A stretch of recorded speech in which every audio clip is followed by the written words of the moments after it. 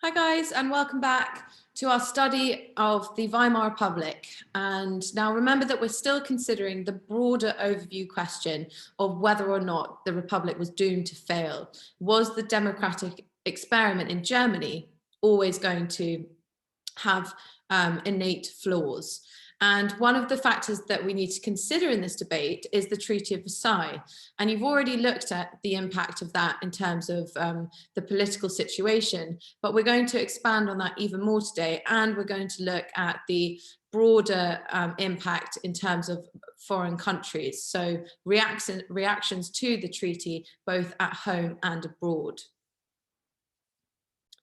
So what was the reaction of the pro-Republican parties, i.e. those parties that favoured to have a republic? Well, the divisions over the signing of the treaty continued to dominate German political life throughout the Weimar years, because the SPD and its allies in government in 1919 were well aware that signing it would rebound on them. Indeed, they were so concerned that they actually asked their main opponents in the DNVP, the DVP, and the DDP to state that those who had voted for the treaty weren't actually being unpatriotic.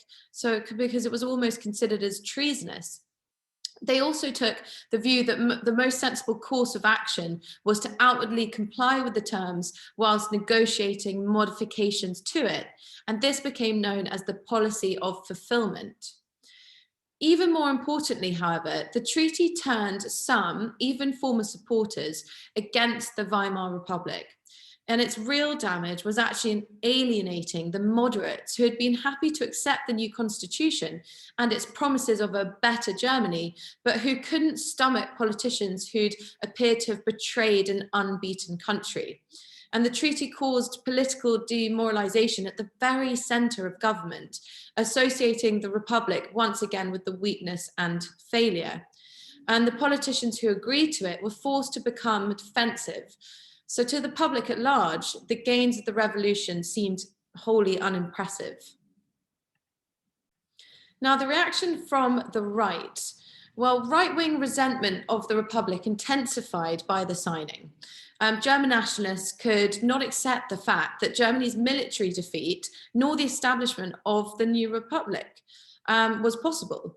And the signing of the peace settlement was the final straw and led many to join groups committed to overthrowing the Republic. In the eyes of extreme nationalists, the politicians who now governed Germany lacked any legitimacy because they'd betrayed the the fatherland several times. And if you think about the dethroning of the Kaiser was the first, then the signing of the armistice in November, and then finally the acceptance of Versailles. Now, these politicians became labeled, as we've already mentioned, the November criminals, and their actions of betrayal, as I've said before, we need to really focus on this, was referred to as the stab in the back myth. Now, interestingly, the German army didn't bear any responsibility for the defeat of 1918. The fact that Ludendorff had advised the Kaiser in late September 1918 that the army was on the verge of defeat was actually conveniently forgotten. And indeed, Ludendorff had advised the Kaiser to appoint a new civilian-led government in the hope that better peace terms would be secured and the high command of the army would actually avoid responsibility for the defeat and signing of the armistice. So quite a clever tactic he's employed there. Now, it was Ludendorff and his superior von Hindenburg who actively promoted the stab in the back myth. And the myth was the justification for continued nationalist attacks on the Republic, its political supporters, and on the treaty itself. It was particularly appealing to ex-soldiers who had suffered in fighting for what they regarded as a noble cause, and then had experienced insults and humiliation when they returned to Germany in the throes of revolution. Not all soldiers who returned were hostile to the new republic, though. Many working class soldiers who'd previously been members of trade unions and supported the SPD supported the new democratic system. Others gravitated towards the communists. Many, however, couldn't adjust to civilian life, especially after they'd had such great difficulty in finding employment and yearned for the comradeship and sense of purpose that the war years had given them. And these men moved towards what we call the Freikorps and right-wing nationalist groups as well, other different ones. As a result, in the early years of the Weimar Republic, democratic politics was under continuous threat from violent nationalist groups. And I think it's important to give a little more context then about the Freikorps. If we think back to the Ebert-Groener Pact, which was a marriage of oddfellows, a moderate socialist cozying up to the militarists, and the early returns weren't actually encouraging. For all their promises, Hindenburg and Groener no longer had an army either. They were now deep into a thorny technical problem, bringing home their defeated but immense army from the four corners of Europe and demobilizing it in orderly fashion. Part one went off pretty well. And considering that some German formations lay as far away as the central Ukraine, and that the road and rail network of Eastern Europe, never robust in the best of times, had broken down under 4 years of war, units returned home on schedule, under discipline, and Hindenburg managed to avoid the nightmare of a broken German army pillaging its way across Europe in marauding bands. Part two, the demobilization, was more of a disaster, because once those returning formations crossed the German border, they tended to dissolve, and officers lost control, the men fled, and even record keeping, which is the signal virtue, of the Prussian German army, had actually broken down. And a classic example was the Great Military Parade in Berlin on the 10th of December 1918 to greet 20 divisions of returning armies at the Brandenburg Gate. And having marched into Berlin and assembled there for the festivities, the soldiers actually melted away in the aftermath and simply vanished. So what Groener actually said was the pull of being home for Christmas proved itself stronger than military discipline. Now, whether that is a considerable understatement, we can dispute that. So with the regular army gone, the High Command began to encourage individual officers to recruit independent volunteer units or Freikorps. Hindenburg and Groener were in touch with commanders on all levels who were ready to serve, and these officers in turn knew men in their ranks who were willing to stay with the colours. So in the next few months, the once great German army actually gave way to a kaleidoscope mix of units with different sizes, shapes, capabilities, all more or less supported logistically by what was left of the old army's quartermaster service. And the designations varied, with most named after their place of origin, or more likely their commanding officer, the man who had formed the unit and the charismatic figure who held it together. For example, we've got the Haas Freikorps, the Lutwitz Corps, and the Hulsen Freikorps, and also many, many more. It was a bewildering array, and it would take a brave man indeed to try to list a comprehensive order of battle. So these were the groups that many ex-soldiers were now joining and which were causing such discontent and disarray to the new Weimar Republic. Now, the government's acceptance of the terms, though realistic, made it seem weak and reinforced, as we said, the stab in the back myth. Therefore, the Treaty of Versailles reinforced the hostility of many Germans to the new Weimar system. And hatred of Versailles allowed the radical right to gain support and helped it to inspire two right-wing challenges in 1920 and in 1925. As you can see behind me, the Kapp's Putsch in 1920, that was one of them. And this disarmament issue, as I've just said, is the kind of precipitant of that main event, the Kapp Putsch. We've also got reparations, which helped cause the hyperinflation of 1925, A.J. Ryder actually concluded in extracting the Republicans' signature to the treaty, the Allies, I'll put it up behind me there, the Allies had practically forced them to sign the death warrant of German democracy. So what we have is the argument that the Treaty of Versailles reactions were so intensive and so strongly geared towards and against the Weimar Republic government that actually its democratic goal was forever doomed from that moment. And it should be said, public resentment didn't lessen with time. You know, there's a note from a German pastor who declared 10 years later that this war educated our German people to peace. This peace has educated it to war. So did the treaty fundamentally weaken Weimar Germany?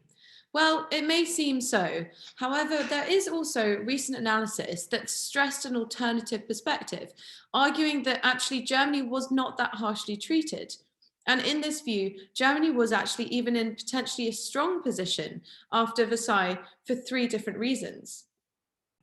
Firstly, the breakup of the Tsarist, Austro-Hungarian and Turkish empires created opportunities for Germany since it was now surrounded by small, weaker states, especially in the east. Secondly, France also failed to achieve its aims of a permanently weakened Germany and a secure border because the other allies, Britain and the USA, wanted to have slightly more lenient terms. And finally, reparations weren't so burdensome that they destroyed the German economy. And additionally, the hope that as time progressed, the Allies might modify at least the reparation terms actually proved to be justified because they did do this. So what were the reactions from abroad then? Well, the Allies had drawn up and imposed the treaty on Germany, had varying reactions.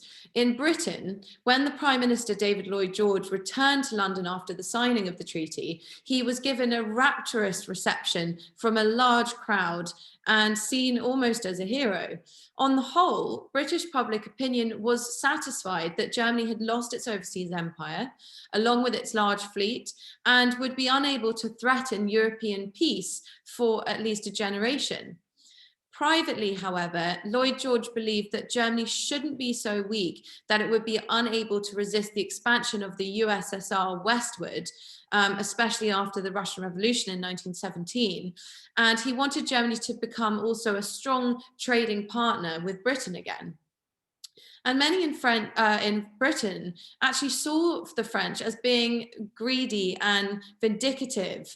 And there was a growing feeling in Britain that Germany had actually been unfairly treated.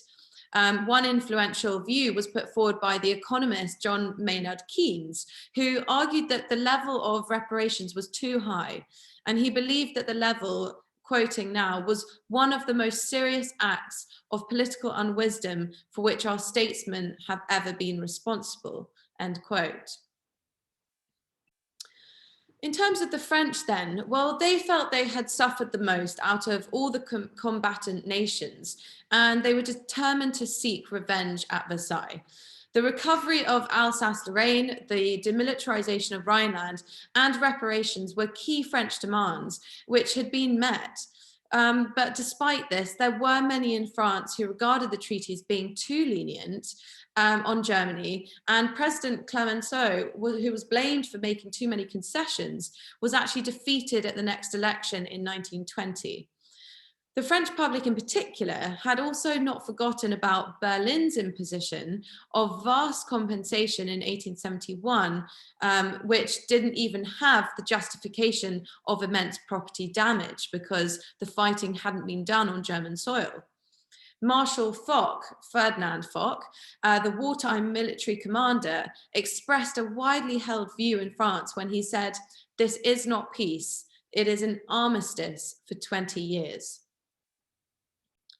Looking to the US then, reactions to the treaty in America were generally negative. There was widespread opinion that the treaty had been unfair on Germany, and that Britain and France had used the treaty to enrich themselves at Germany's expense. The Republicans in the American Congress actually opposed the treaty, and Wilson failed to win the congressional vote to ratify it, leaving the USA to have to make a separate peace with Germany in 1921. The USA refused to join the League of Nations, and in the 1920s, they retreated from involvement in European affairs, taking up the policy of what is called isolationism. To review then, the Treaty of Versailles stripped Germany of land, people, resources, and military power. And although it might have suffered even greater losses if the demands of the French had been accepted by the other allies, the German people viewed the treaty universally as wholly negative. And its signing by Bauer's socialist-led government in June 1919 was viewed by many as an act of national betrayal. However, by the mid-1920s, the issue of Versailles by itself was probably not a major obstacle to the consolidation of the Weimar Republic. It was more the case that when a major problem hit Germany, such as hyperinflation in 1923 and the Depression in 1929, Versailles could easily be blamed by demagogic politicians who could rapidly revive German hatred of reparations and the loss of territory. Now, a demagogic politician is one that tries to win people's support by appealing to their emotions rather than using reasonable arguments. So rather than the physical effects of the terms and the actual direct economic consequences or direct political consequences even, it's this hatred of the treaty that future politicians would utilize to rally support and whip up sentiment amongst the population, which would thereby condemn the Weimar Republic to failure.